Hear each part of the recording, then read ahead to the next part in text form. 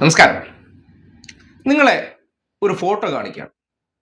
ദേ, ഈ ഫോട്ടോ ഉണ്ടോ? ഇതാരാണെന്ന് കേരളത്തിലുള്ളവർക്ക് അറിയോ? പലർക്കും പൊടുന്നനെ അറിയാൻ പറ്റില്ല ഇതാരാണ്, എവിടെയെങ്കിലും കണ്ടിട്ടുണ്ടോ എന്ന് പോലും സംശയം ഉണ്ടാകും. പക്ഷെ ഇതൊരു മന്ത്രിയാണെന്ന് പറഞ്ഞാൽ നിങ്ങൾ എത്ര പേര് വിശ്വസിക്കും? മന്ത്രിയോ എന്ന് നിങ്ങൾക്കിപ്പോൾ തോന്നുന്നില്ലേ? അതെ, ഇങ്ങനെ ഒരു മന്ത്രിയെയും നമ്മുടെ മേനോൻ സർക്കാരിൻ്റെ ഭാഗമായി നിയമിച്ചിട്ടുണ്ട്. ആ മന്ത്രിയുടെ വകുപ്പ് എന്ന് ചോദിച്ചാൽ നിങ്ങൾക്കറിയോ? ഇല്ലല്ലോ. ഈ നാട്ടിൽ തീരദേശ മേഖലകളിൽ നിന്ന് വലിയ നിലവിളി ഉയരുന്ന സന്ദർഭത്തിൽ ഇങ്ങനെ ഒരു വ്യക്തിയാണ് നാട്ടുകാർക്കും ആർക്കും അറിയാതെ ഒരു സുപ്രഭാതത്തിൽ ഇയാളിത് എങ്ങനെയാണ്, എവിടെ നിന്നാണ് മന്ത്രിയായത് എന്ന അത്ഭുതമുണ്ടാകുമ്പോൾ നിങ്ങൾക്ക് അതിനുള്ള മറുപടിയാണ് നമ്മുടെ നാട്ടിലെ രാഷ്ട്രീയത്തിൽ ചിലർക്ക് കുടുംബ നിയമനവുമായിട്ട് മന്ത്രിസ്ഥാനങ്ങൾ കിട്ടാറുണ്ട്. അങ്ങനെ കുടുംബ നിയമനവുമായി ബന്ധപ്പെട്ട് മന്ത്രിയായതാണ് VE അബ്ദുൾ ഗഫൂർ എന്ന കേരളത്തിന്റെ ഫിഷറീസ് മന്ത്രി. ശ്രദ്ധിക്കുക, ഫിഷറീസ് വകുപ്പ് മന്ത്രി. കേരളത്തിന്റെ തീരദേശ മേഖലകളിൽ പലയിടങ്ങളിലും ഇപ്പോൾ പലരെയും കാണാതായ അവസ്ഥ. ഏകദേശം 3ഓളം ബോഡികൾ 8 ദിവസമായിട്ടും കണ്ടെത്താനുണ്ട്. അവിടങ്ങളിൽ ഒരിടത്തും കാണാത്ത മുഖം. എന്നാൽ മറ്റെവിടെയെങ്കിലും നിങ്ങൾ കാണാറുണ്ടോ? ഒരിടത്തും കാണാറില്ല. ഈ കുടുംബ നിയമനം എന്ന് പറയും, അതായത് നമ്മുടെ നാട്ടിൽ പറയാറില്ലേ, ചിലർക്ക് ഈ കുടുംബ സ്വത്താണല്ലോ രാഷ്ട്രീയത്തിലെ ചില നിയമനങ്ങൾ. എന്താണ് VE അബ്ദുൾ ഗഫൂറിന് മന്ത്രിയാകാനുള്ള യോഗ്യത എന്ന് ചോദിച്ചാൽ അദ്ദേഹത്തിന്റെ രാഷ്ട്രീയ പാരമ്പര്യമാണോ രാഷ്ട്രീയ പ്രവർത്തനമാണോ എന്ന് ചോദിച്ചാൽ ലീഗുകാർക്ക് വരെ ഇയാളെ അറിയില്ല എന്നുള്ളതാണ് യാഥാർത്ഥ്യം. പിന്നെ എങ്ങനെ മന്ത്രിയായി? അതാണ് നേരത്തെ പറഞ്ഞ പോലെ മുൻ മന്ത്രിയായിരുന്ന VK ഇബ്രാഹിം കുഞ്ഞ്, നമ്മുടെ പഴയ PWD മിനിസ്റ്റർ ആയിരുന്നു. 10 വർഷം മുന്നേ ഉമ്മൻചാണ്ടി സർക്കാരിന്റെ കാലഘട്ടത്തിലെ PWD മിനിസ്റ്റർ ആയിരുന്ന VK ഇബ്രാഹിം കുഞ്ഞ്, അദ്ദേഹം മരണപ്പെട്ടു പോയപ്പോൾ സ്വാഭാവികമായിട്ടും കുടുംബത്തിന്റെ വരുമാനം നിലച്ചാൽ പിന്നീട് അത് രാഷ്ട്രീയത്തിലൂടെ പുനരുജ്ജീവിപ്പിച്ചു കൊടുക്കേണ്ടത് ആരുടെ ഉത്തരവാദിത്തമാണ്?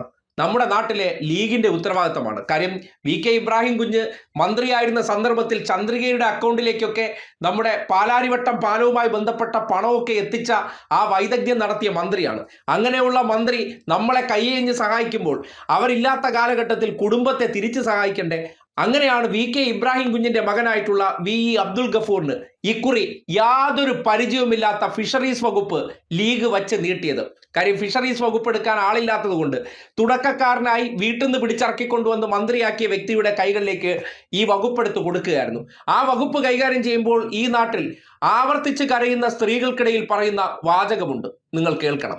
ഈ ഒരു ഇത് തന്നെയല്ലേ ഇവരിപ്പോ പറഞ്ഞുകൊണ്ടിരിക്കുന്നത്. ഈ നാടകമാണല്ലോ അവർ തുടർന്നുകൊണ്ടിരിക്കുന്നത്. ഇതിനൊരു മാറ്റം വരുത്താൻ അവർ ചിന്തിച്ചിട്ടില്ലേ? ഈ ആര് പോയാലും പറയുന്നതെന്ന് പറയുമ്പോൾ 1 മണിക്കൂർ 2 മണിക്കൂർ വെയിറ്റ് ചെയ്യും, 3 മണിക്കൂർ വെയിറ്റ് ചെയ്യും. എന്നിട്ട് ഉച്ചയ്ക്കും ഇത് പറഞ്ഞിട്ട് എല്ലാവരും കൂടെ ഫുഡാണ് കഴിച്ചത്. ഞങ്ങളുടെ അടുത്ത് പറഞ്ഞ് 2 മണിക്കൂർ വെയിറ്റ് ചെയ്യും, അവര് വിഴിഞ്ഞത്തുനിന്ന് ബോട്ട് വിട്ടിട്ടുണ്ട്, ഇപ്പൊ എത്തുമെന്ന്. എന്നിട്ട് ഞങ്ങളുടെ ഇവിടെ നാണുങ്ങൾ പോയപ്പോഴേക്കും അവർ ഫുഡ് കഴിക്കാൻ പോയി. അവർ ഫോട്ടോ എടുത്തിട്ട് വന്നു അവർ ഫുഡ് കഴിക്കാൻ പോയത്. ഇതൊക്കെ ഒരു ഇതാണ് സാറേ. ഫിഷറീസ് മന്ത്രിയില്ലേ? എവിടെ അധികാരികൾ ബന്ധപ്പെട്ടിരുന്നോ? ഇല്ല, ഇതുവരെയ്ക്കും ഫിഷറീസ് മന്ത്രിയോ മന്ത്രിമാരാരും ഇവിടെ വന്ന് നോക്കിയിട്ടില്ല. ഒരാരും ഒരു നോക്ക് കാണാൻ ഇതുവരെ വന്നിട്ടില്ല. അവരുടെ ഭാഗത്തുനിന്ന് എൻ്റെ സീൻചേട്ടനെ കുറിച്ചുള്ള ഒരു വിവരവും എനിക്ക് കിട്ടുന്നില്ല. അവരുടെ തിരച്ചിൽ തന്നെ എനിക്ക് തൃപ്തികരമല്ല. തിരയുന്നില്ലെന്ന് തന്നെ പറയാം. അവരെന്റെ ഭർത്താവിനെ എനിക്ക് വേണ്ടി തിരഞ്ഞു തരുന്നില്ല. ഞാനൊരു അപകടത്തിലാണ്. ഒരു ആംബുലൻസ് സർവീസ് ചെയ്യുന്ന ആ ഒരു സിൻസിയാരിറ്റി ഇന്ന് എത്രത്തോളം മീഡിയാസ് നമ്മുടെ വീട്ടിൽ വരുന്നു, എത്ര പേര് നമ്മുടെ ആവശ്യം ഉന്നയിച്ച് ഞങ്ങൾക്ക് വേണ്ടി പൂർണ്ണമായിട്ടുള്ള സപ്പോർട്ടും പിന്തുണയും തരുന്നു. പക്ഷെ അത് എന്തുകൊണ്ട് വകുപ്പിലിരിക്കുന്നവരോ ഈ സർക്കാരോ ചെയ്യുന്നില്ല എന്നുള്ള ക്വസ്റ്റ്യനാണ് ഞങ്ങൾ റേസ് ചെയ്യുന്നത്. ഫിഷറീസ് മന്ത്രി എത്തി പോലും ഇവിടെ നോക്കിയിട്ടില്ല, എന്താണെന്നൊരു ഫോൺ കോൾ പോലും ചെയ്തിട്ടില്ല. പക്ഷെ പലരോടും ചെയ്തു എന്ന് പറയുന്നു.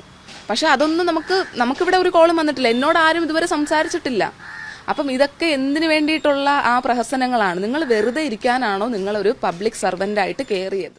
കേട്ടല്ലോ, മന്ത്രി എന്നുള്ള നിലയ്ക്ക് ആരും ഇതുവരെ ബന്ധപ്പെട്ടിട്ടില്ല, വഴി നടന്നിട്ടില്ല. അപ്പോ എന്തിനാണ് നമ്മുടെ നാട്ടിൽ അങ്ങനെ ഒരു മന്ത്രി? ഫിഷറീസ് വകുപ്പ് കൈകാര്യം ചെയ്യുമ്പോൾ മത്സ്യത്തൊഴിലാളികളുമായി ബന്ധപ്പെട്ട പ്രശ്നങ്ങൾ അത് നേരിടാനാണ് ഒരു മന്ത്രി. അത് നേരിടണമെങ്കിൽ ഒരു വ്യക്തിക്ക് ആദ്യം വേണ്ടത് എന്താണ്? അതിനെ സംബന്ധിച്ച് എന്തെങ്കിലും പ്രായോഗികമായിട്ട് അറിയേണ്ടതുണ്ട്. വീട്ടിനകത്തിരുന്ന് 3 നേരം വാപ്പച്ചി ഉണ്ടാക്കി കൊടുത്ത ബിരിയാണി കഴിച്ചുകൊണ്ടിരുന്ന മനുഷ്യന് എവിടെയാണ് ഈ നാട്ടിലെ മത്സ്യത്തൊഴിലാളി മനുഷ്യരെ കുറിച്ച് അവരുടെ എന്തെങ്കിലും പ്രതിസന്ധി വന്നാൽ അറിയാൻ കഴിയുക? അത് അറിയാൻ കഴിയണമെങ്കിൽ അവരുടെ ഇടയിലേക്ക് പോയി ഇറങ്ങി പ്രവർത്തിക്കുകയെങ്കിലും വേണ്ടേ? ഒരു പ്രശ്നമാകുമ്പോൾ അവരുടെ ഇടയിലേക്ക് ചെല്ലുമ്പോഴാണല്ലോ അനുഭവ സമ്പത്ത് ഉണ്ടാകുക. അറിയില്ലെങ്കിലും അവിടെ നിന്ന് അറിയാവുന്നവരെ വെച്ച് പ്രവർത്തിച്ച് അതിൽ അനുഭവ പരിജ്ഞാനം ഉണ്ടാക്കാൻ പരിശ്രമിക്കണ്ടേ? അതൊന്നുമില്ല. കാര്യം ഇത്രയും കാലം ഒരിറ്റ് വിയർപ്പൊഴുകാത്ത, ഒരു ഇഞ്ച് റിസ്ക് പോലും എടുക്കാത്ത വ്യക്തികളെയൊക്കെ കൊണ്ടുവന്നിട്ട് രാഷ്ട്രീയ കുടുംബ പാരമ്പര്യം പോറ്റുമ്പോൾ ഇതൊക്കെ നാട്ടിലെ ജനങ്ങൾക്ക് സംഭവിക്കും. ആ ഭാഗത്ത് പോയി തിരിഞ്ഞു നോക്കാതെ, അവരുമായി ബന്ധപ്പെട്ട ഒരു വിഷയത്തിലും ഇടപെടാതെ, മുതലപ്പുഴി ഉൾപ്പെടെയുള്ള പ്രദേശങ്ങളിൽ പലരെയും കോസ്റ്റൽ പോലീസ് അന്വേഷിക്കാൻ പോലും പോയില്ല എന്നുള്ള ആരോപണങ്ങൾ നിലനിൽക്കുമ്പോൾ, വിഴിഞ്ഞത്ത്, കൊല്ലത്ത് ഈ പ്രശ്നങ്ങളെല്ലാം നേരിടുമ്പോൾ എവിടെയാണ് ഫിഷറീസ് മന്ത്രി എന്ന് ചോദിച്ചാൽ ഇപ്പോൾ മഷിയിട്ട് നോക്കേണ്ട അവസ്ഥയാണ്. പുറത്തൊരിടത്തും കാണാനില്ല, മാധ്യമങ്ങൾക്ക് മുന്നിൽ പ്രതികരണമില്ല. പിന്നെ ആരാണ് ഈ വിഷയത്തെ നോക്കി നടത്തേണ്ടതെന്ന് പറഞ്ഞാൽ, കേരളത്തിന്റെ ഖജനാവിലെ നികുതിപ്പണം എടുത്ത് ഒരു വ്യക്തിയെ പോറ്റിക്കൊണ്ട് ജനങ്ങൾക്ക് ഗുണമില്ലെങ്കിൽ ആർക്ക് വേണ്ടിയാണ് ആ പണം ചെലവഴിക്കുന്നു എന്ന ചോദ്യം പ്രസക്തമാവുകയാണ്. പാർട്ടിയുമായി ബന്ധപ്പെട്ട ചില കുടുംബത്തെ പോറ്റാൻ വേണ്ടി മന്ത്രിസ്ഥാനങ്ങളൊക്കെ ഉപയോഗിക്കുമ്പോൾ അതുകൊണ്ട് ജനം ദുരിതം അനുഭവിക്കുകയാണ്. അവരിൽ നിന്ന് പിഴിഞ്ഞീടാക്കുന്ന നികുതി കൊണ്ടാണ് ഈ പണം വാങ്ങി കുടുംബങ്ങൾക്ക് കൊടുക്കുന്നതെന്ന കാര്യം മറന്നു പോകരുത്. കാര്യം ഈ നാട്ടിലെ അധികാര കസേരകൾ, ലീഗ് എന്ന പാർട്ടിയുടെ കാര്യം എടുത്താൽ പോലും ഏതെങ്കിലും ലീഗ് അണിയായിട്ടുള്ള സാധാരണക്കാരനെ ഇന്ന് വരെ മന്ത്രി കസേരയിൽ എത്തിച്ച ചരിത്രം ആ പാർട്ടിക്കില്ല. സമ്പന്നരും അതിസമ്പന്നരുമായിട്ടുള്ള പ്രത്യേക തറവാടികൾക്ക് അവരുടെ കുടുംബാംഗങ്ങൾക്ക് വച്ച് നീട്ടുന്ന ഈ മന്ത്രിസ്ഥാനം, അതുകൊണ്ട് ജനങ്ങൾക്ക് എന്ത് ഗുണമുണ്ട് എന്നതിന്റെ തെളിവാണ് ഈ ദുരിത കാലഘട്ടത്തിൽ പല സ്ത്രീകളുടെയും വീട്ടിലെ അത്താണിയായ മനുഷ്യർ കടലിൽ പോയിട്ട് അവരെ തെരച്ചിൽ നടത്താൻ, അതിന് നേതൃത്വം കൊടുക്കാൻ ഒരു മന്ത്രിയില്ലാത്ത ഗതികേടിലേക്ക് കാര്യങ്ങൾ എത്തിയെന്ന് വിലയിരുത്തേണ്ട അവസ്ഥയാണ്.